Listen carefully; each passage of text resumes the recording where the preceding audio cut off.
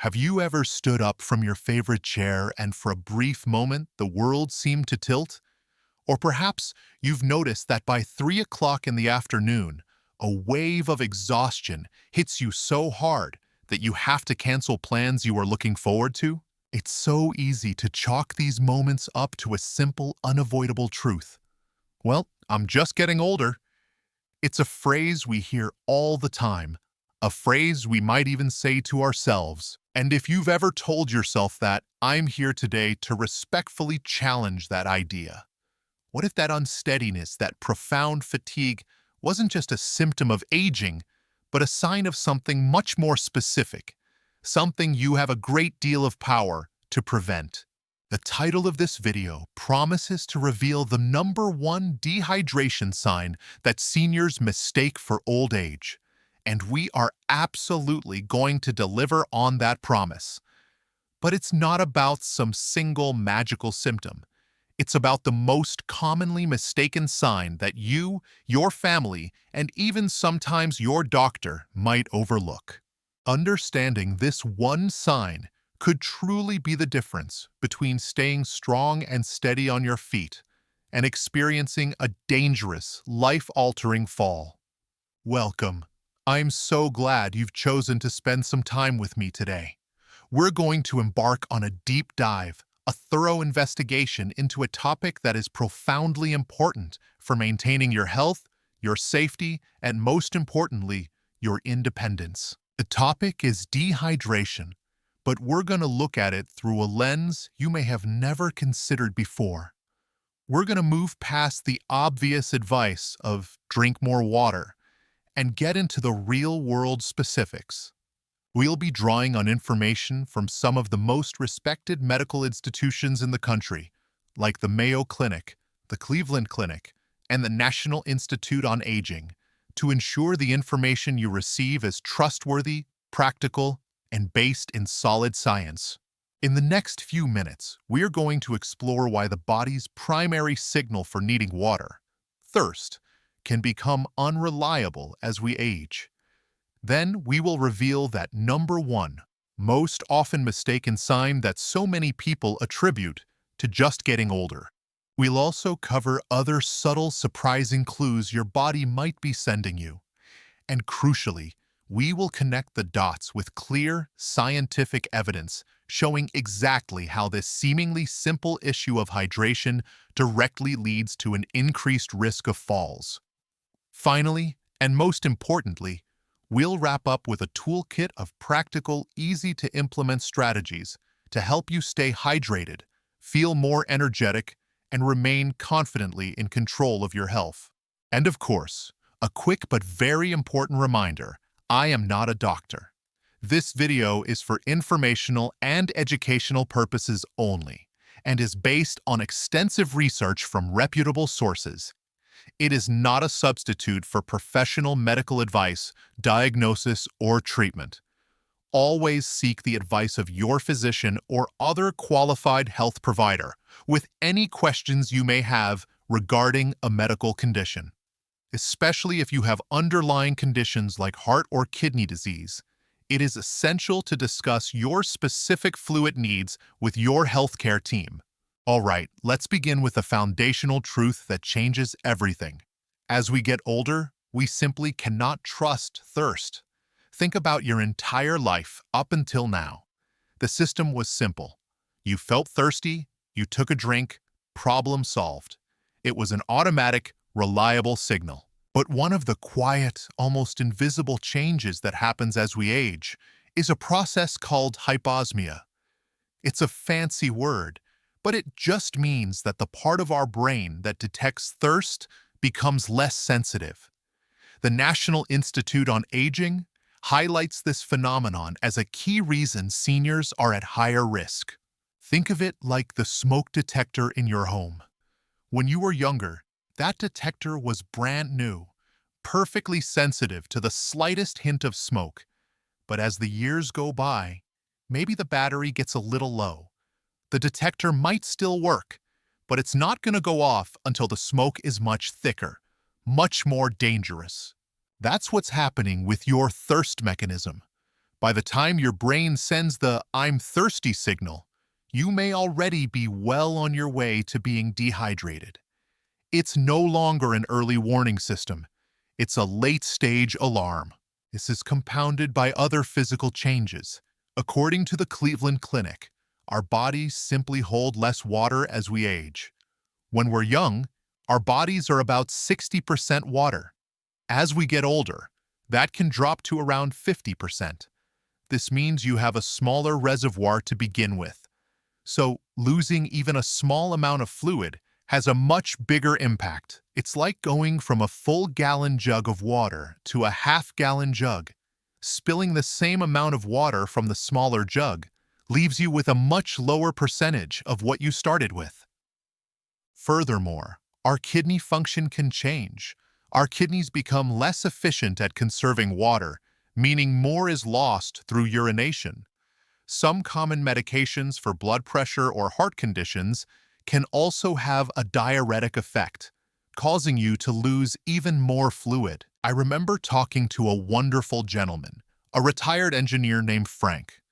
He insisted he was fine because he never felt thirsty. He was logical, precise, and trusted his body's signals. But his daughter noticed he was becoming more confused in the afternoons and was a bit unsteady.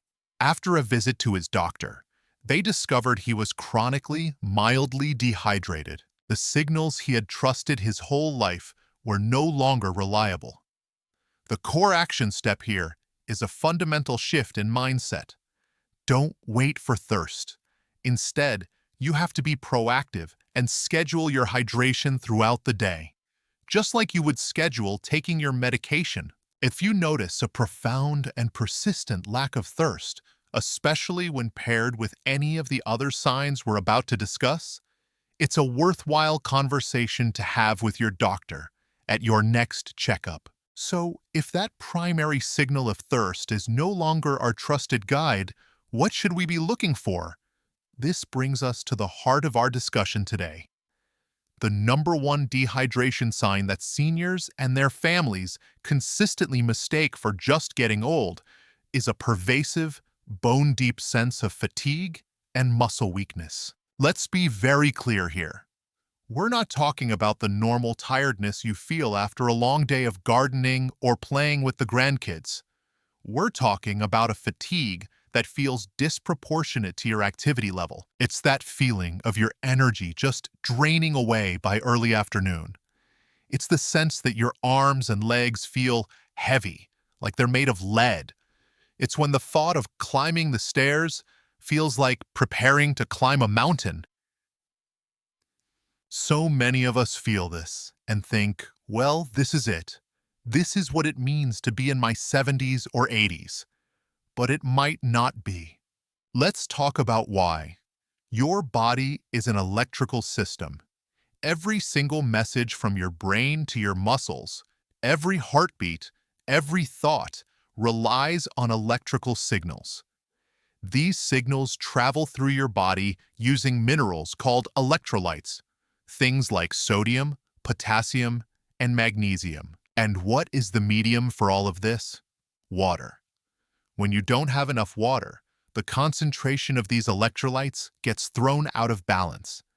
Think of it like the wiring in your house. If the wiring is old and frayed, the lights might flicker, or an appliance might not get enough power to run properly. Dehydration is like fraying all the wires in your body. The signals from your brain to your muscles become weaker and slower. Your muscles literally don't get the clear, strong command they need to contract efficiently, which you experience as weakness. On top of that, water is absolutely essential for your body to create its main energy molecule, something called ATP. Less water means less energy production at the cellular level. It's a double whammy. The power supply to your muscles is weak, and your body's overall energy factories are running on low fuel. This is where the direct connection to falls comes in. Imagine you're walking across your living room and your toe catches on the edge of a rug. If your muscles are well hydrated, strong, and receiving clear signals from your brain, your body can react in a split second. Your leg muscles will fire instantly to stabilize you. Your core will engage, and you'll catch your balance. It's a non-event. But if you're even mildly dehydrated, that reaction is slower. The signal is delayed. The muscle response is weaker. That tiny stumble, which should have been nothing, can now easily become a full-blown fall. This isn't just theory. It's a well-documented physiological fact highlighted by organizations like Senior Services of America. The action step here is to reframe your fatigue. The next time you feel that overwhelming, unexplained exhaustion, before you resign yourself to it being a bad day or just your age, ask yourself a simple question. How much fluid have I had today? And be honest. A cup of coffee in the morning and a small glass of juice with lunch is not enough. Try drinking a full 8 to 12 ounce glass of water and waiting 20 minutes.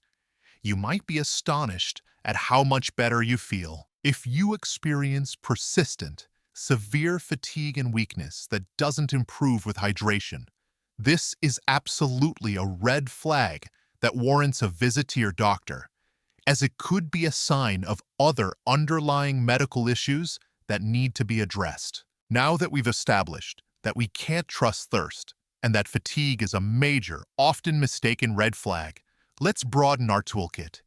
Your body actually sends out a whole host of other subtle signals when it's running low on fluid. Think of these as a constellation of clues. One of the most reliable and personal ways to check your hydration status is what I call the urine check. It's simple, it's private, and it's incredibly effective. The color of your urine is a direct indicator of your hydration level.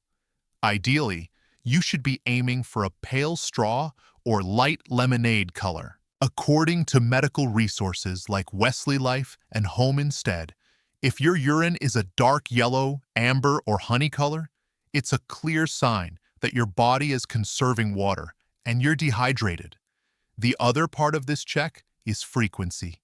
If you realize it's been 4, 5, or 6 hours since you last needed to use the restroom, that's another significant warning sign. The second subtle sign is changes in your skin. Of course, a dry mouth is a classic sign, but dehydration affects your body's largest organ, your skin. You can perform a simple test called the skin turgor test. Gently pinch the skin on the back of your hand for a couple of seconds and then let go. In a well-hydrated person, the skin should snap back into place almost immediately. If the skin holds the shape of the pinch, forming a tent, and returns to normal slowly, it's a sign of dehydration. Our skin becomes less elastic with age anyway, so this test isn't foolproof, but a noticeable delay can still be a valuable clue. A third and very important cluster of signs involves your mood and your mind. Have you ever felt inexplicably irritable or cranky for no good reason? Or have you found yourself struggling to focus on a book or a conversation? This can be a direct result of dehydration. As newsmedical.net reports, even mild dehydration can impact cognitive function. Your brain is about 75% water, and it needs a constant, steady supply to work properly.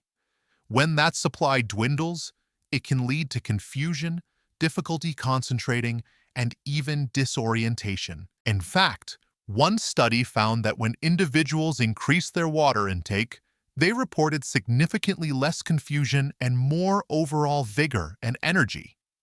This is so critical because these cognitive symptoms are often the most terrifying for seniors, as they can be mistaken for early signs of dementia or other serious cognitive decline, causing immense anxiety. For a family member or caregiver, seeing a loved one suddenly become confused can be alarming. The first, simplest intervention should always be to offer a glass of water. Finally, there's a surprising sign that is particularly relevant during warmer months or after physical activity: a lack of sweat.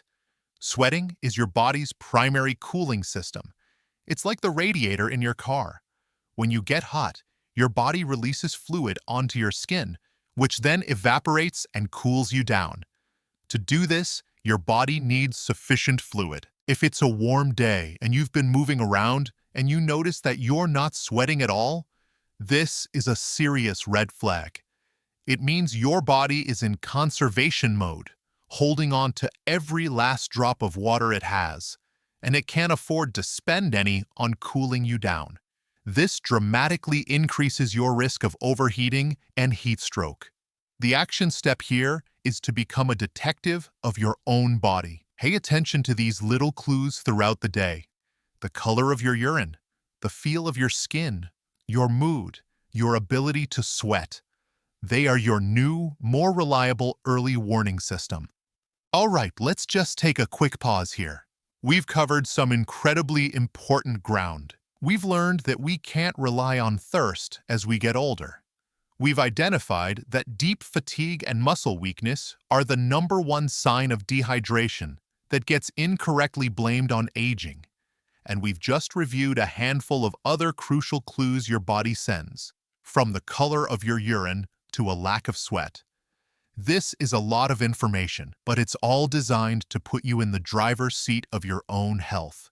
If you're finding this deep dive helpful and are learning something new, I would be so grateful if you took just a moment to tap that like button below this video. It's a small click for you, but it tells YouTube that this is valuable content, and it helps get this important safety information out to more seniors just like you. Thank you so much for that. Now, let's get to the hard science that ties all of this together. It's one thing to talk about these signs and symptoms, but let's connect them directly to the risk of a fall using concrete scientific evidence. The link isn't just a vague association. It's a well-documented medical reality. A landmark study published in the Mayo Clinic proceedings looked at the health records of over 30,000 older adults. The researchers found a significant and positive association between dehydration and falls. In other words, the more dehydrated an individual was, the higher their likelihood of falling. This wasn't a small, isolated study.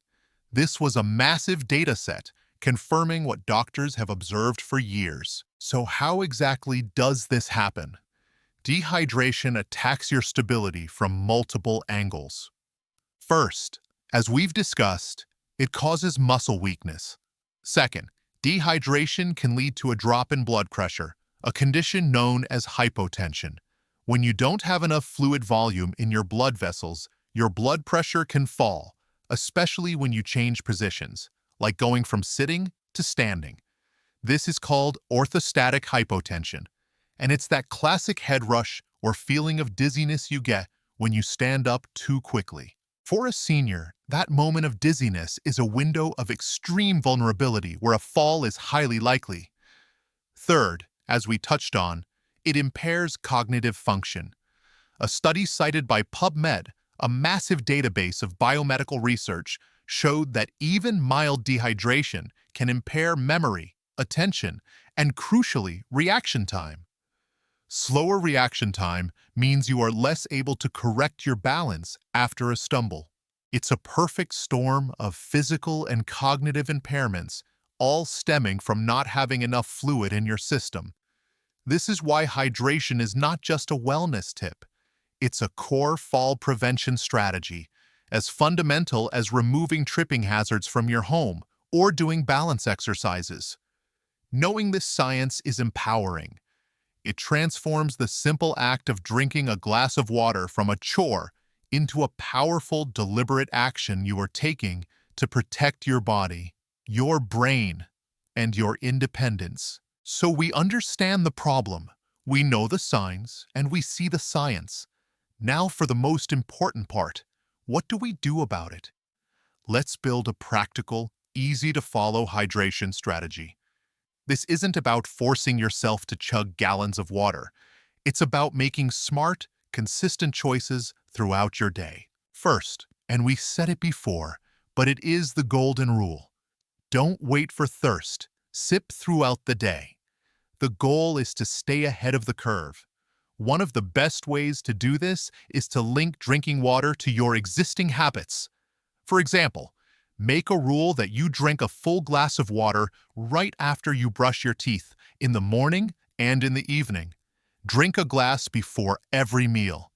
Keep a water bottle or a pitcher on your kitchen counter or next to your favorite chair as a constant visual reminder. Second, remember that you can eat your water. Many fruits and vegetables are packed with water and can contribute significantly to your daily intake. According to the University of Maryland Medical System, foods like cucumbers, celery, lettuce, watermelon, strawberries, and cantaloupe are more than 90% water. Adding a side of sliced cucumber to your lunch or having a bowl of melon for a snack isn't just nutritious, it's a delicious way to hydrate. Third, make your fluids appealing. Let's be honest, for some people, plain water can be boring. So, jazz it up. Infuse a pitcher of water with slices of lemon, lime, orange, or even cucumber and mint. This adds a hint of flavor without adding sugar or calories. Another fantastic option is non-caffeinated herbal tea.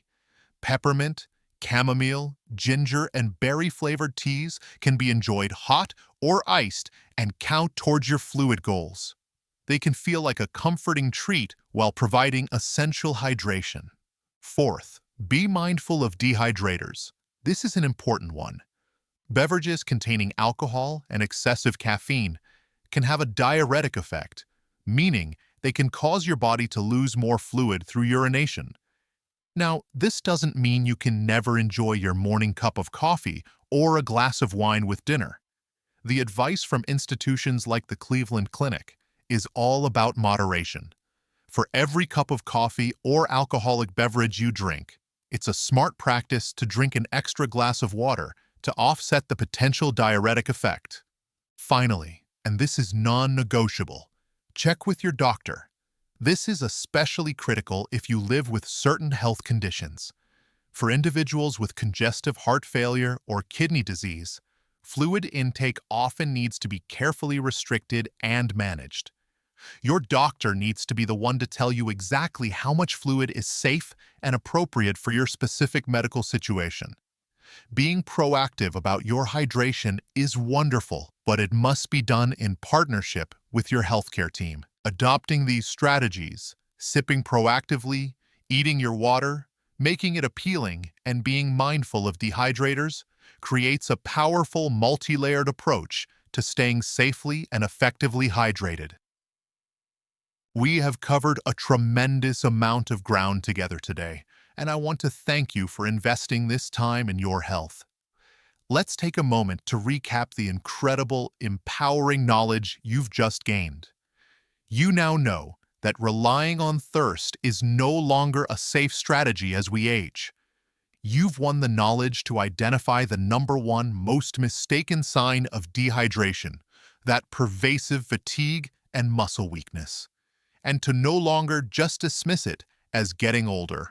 You now have a checklist of other subtle but critical clues to watch for, from the color of your urine to the clarity of your thoughts.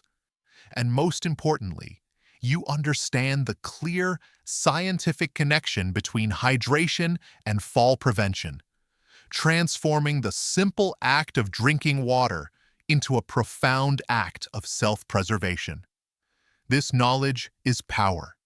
It's the power to stay ahead of a problem, the power to maintain your strength and energy, and the power to protect your precious independence. You are not a passive bystander to the aging process. Now, I would love to hear from you.